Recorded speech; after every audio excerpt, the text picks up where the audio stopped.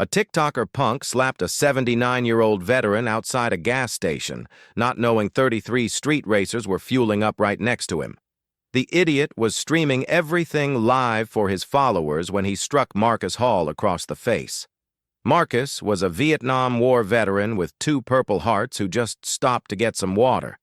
He'd politely asked 4 young guys to turn down their music in the parking lot because it was giving him a migraine from his old war injury. That's when the punk slapped him.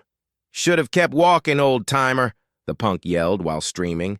"This is gonna break the internet tonight." His 3 friends surrounded Marcus, filming from every angle. "Bet he never even left the country," Jason sneered.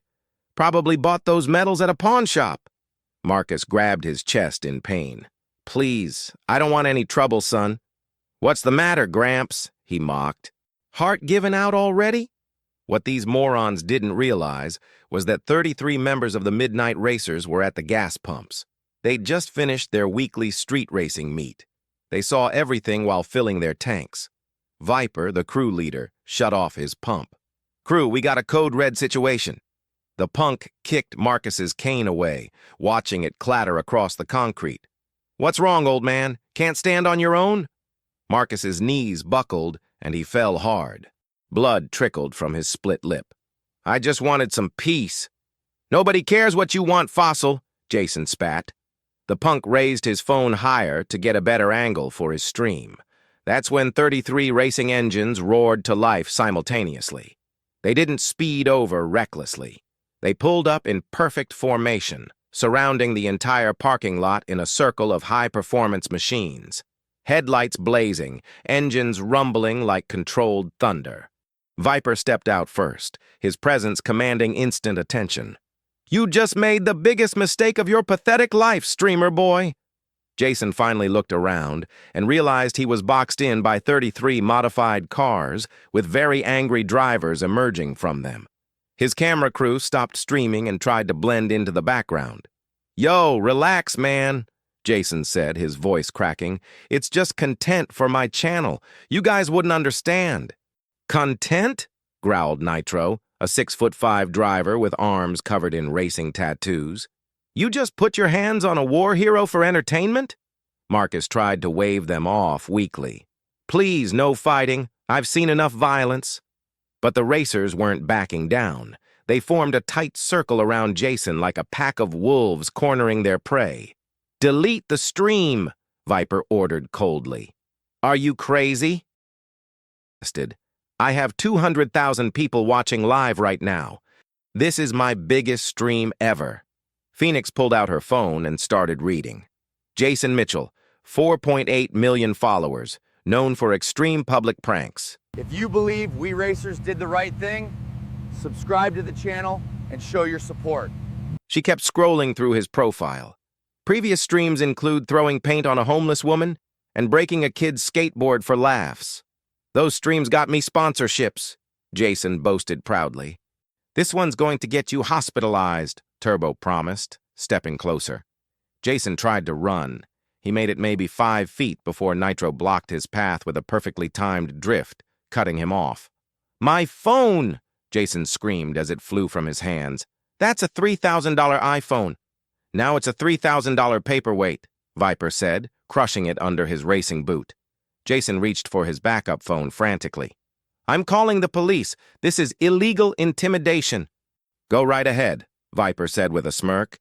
"Explain to them how you assaulted a 79-year-old disabled veteran on a live stream with 200,000 witnesses."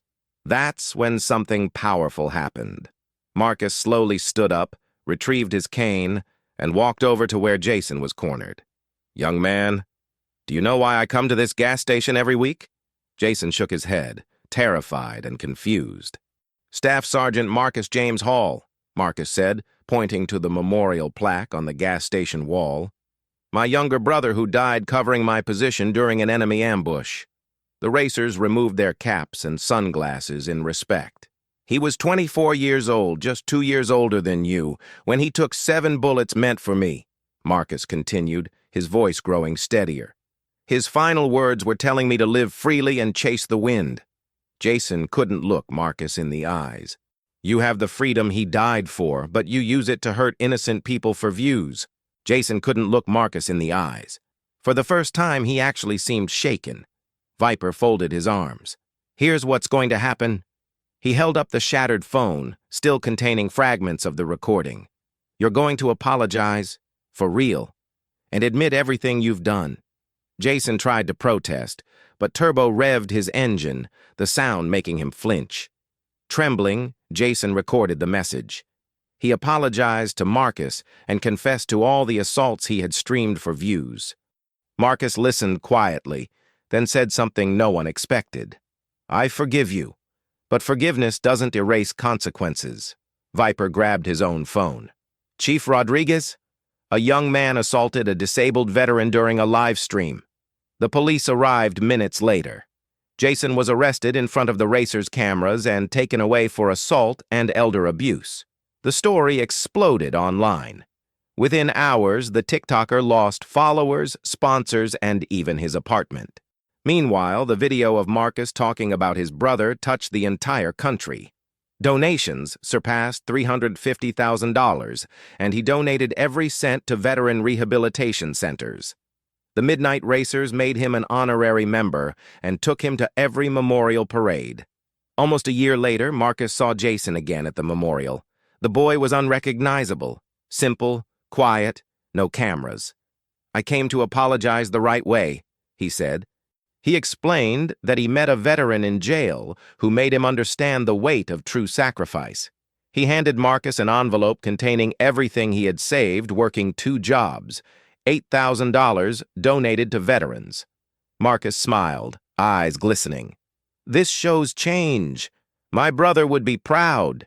Since then, Jason has volunteered in the program created by the Midnight Racers to teach young people to respect those who once protected the country. He always ends his talks by saying, I slapped a hero, and reality slapped me back. Don't make my mistake.